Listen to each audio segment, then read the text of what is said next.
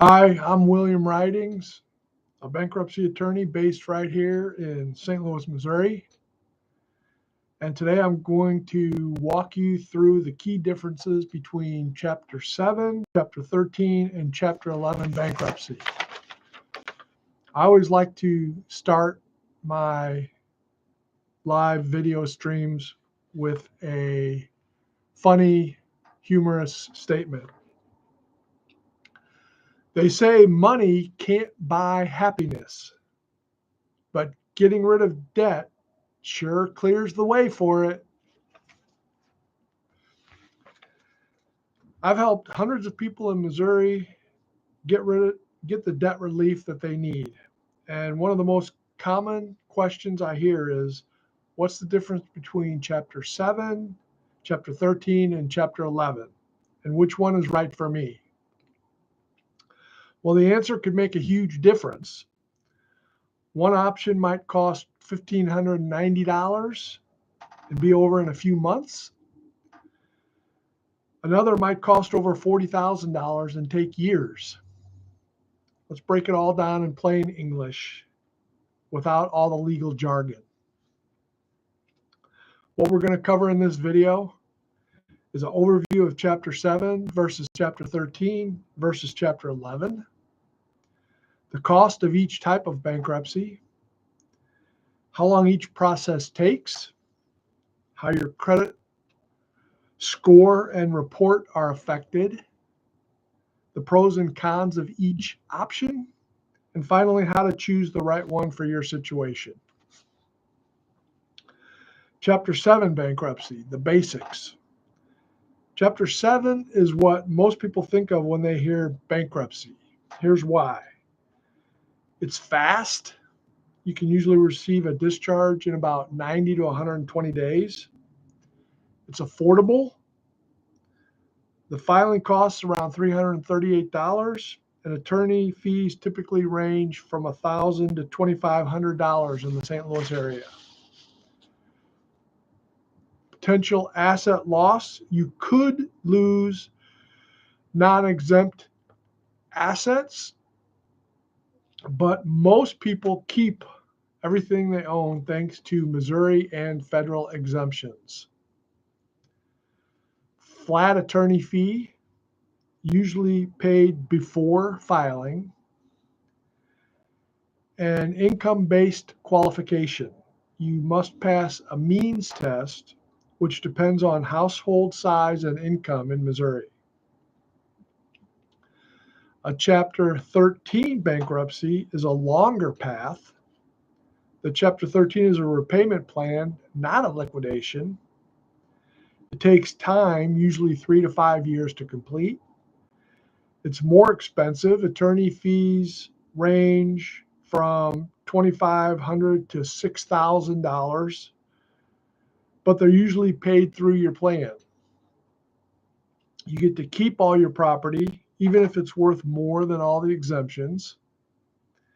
It helps to stop a foreclosure and lets you catch up on missed mortgage or car payments. The filing fee is around $313. And as far as qualification goes, most people qualify unless their debt exceeds certain limits. Chapter 11 bankruptcy is rare for consumers. Chapter 11 is mainly for businesses that want to keep operating while restructuring debt. High debt individuals, typically with over $1.2 million in secured debt or over $419,000 in unsecured debt. But beware, it's very expensive. Legal fees can run from $25,000 to $40,000. It's complicated and time consuming. It may take a year or more just to confirm a payment plan. And there's ongoing costs, includes quarterly fees and monthly reporting. Unless you're a business or a very high income individual, Chapter 11 probably is not for you. Cost comparison breakdown. Here in St. Louis, The cost of bankruptcy depends on the type of bankruptcy, the complexity of your case, and the attorney you hire. A Chapter 7, the filing fee is $338. Attorney fees range from $1,200 to $2,500. Usually it's done with a flat fee, and it must be paid in full before the filing. A Chapter 13, the filing fee is $313. The attorney fees are, the flat fee in St. Louis, Missouri is $5,800, some up front with the rest in the plan. And it includes the trustee fees, which are a percentage of your plan payments, 6 to 10%, and can add thousands to the total cost. A Chapter 11, the attorney fees are $25,000. Filing and administrative costs are significantly higher and usually not recommended for most consumers. I'm going to give you some real life examples of choosing the wrong plan. A woman I'll call Tanya came to me from Missouri,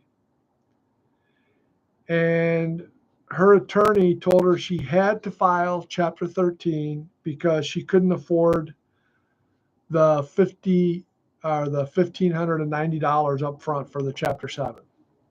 So she agreed to a $300 down payment and $120 a month for 3 years. Problem?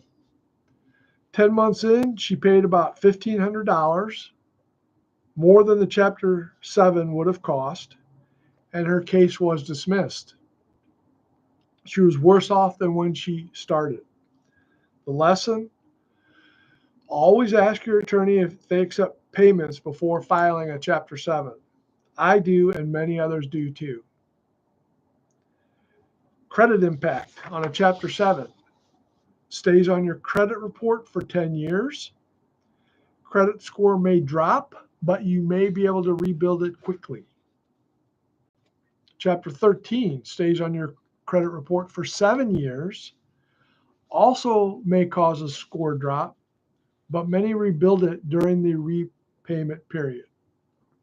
Some clients are able to get secured credit cards or even car loans within months of a discharge.